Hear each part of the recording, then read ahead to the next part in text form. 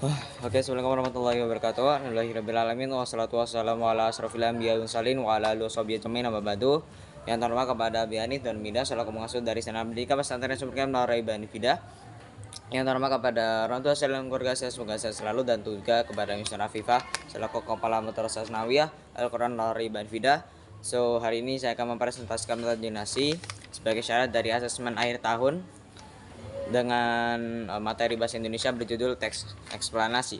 Teks eksplanasi merupakan teks yang berisi proses tentang mengapa ataupun bagaimana suatu kejadian alam, kejadian sosial, pengetahuan itu terjadi.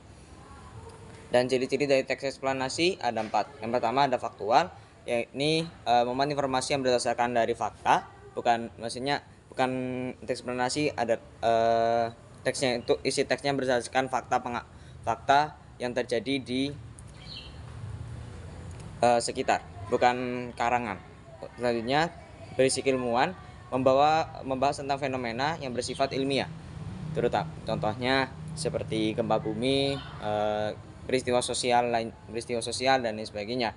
Dan juga yang ketiga informatif, yaitu memberikan info tanpa mempengaruhi kepercayaan orang lain ataupun membaca.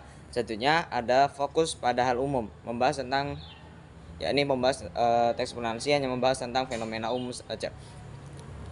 Dan peristiwa yang biasanya dibahas di teks eksplanasi yaitu tentang peristiwa alam, peristiwa sosial, ataupun peristiwa yang mempunyai sebab dan akibat.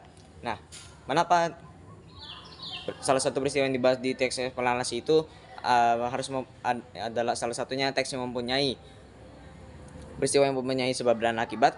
Karena sebab akibat itu ada pada kaidah teks eksplanasi ini, yaitu konjungsi ataupun kausalitas, yakni perhubungan antara sebab dan akibat, yang dimana contoh kalimatnya sebab, karena, sehingga, akhirnya, dan sebagainya. Kemudian yang kedua ada kronologis, yakni urutan waktu, contohnya lalu, kemudian, akhirnya. Selanjutnya ada pula kaidah selanjutnya ada kata kerja pasif, yakni subjeknya dikenai tindakan, contohnya disebabkan, terbentuk. Dan yang keempat ada kata teknis. Kata teknis merupakan kata yang sesuai dengan bidang fenomenanya, contohnya atmosfer, fotosintesis, dan lain sebagainya. Selanjutnya kita akan membahas tentang struktur teks eksplanasi.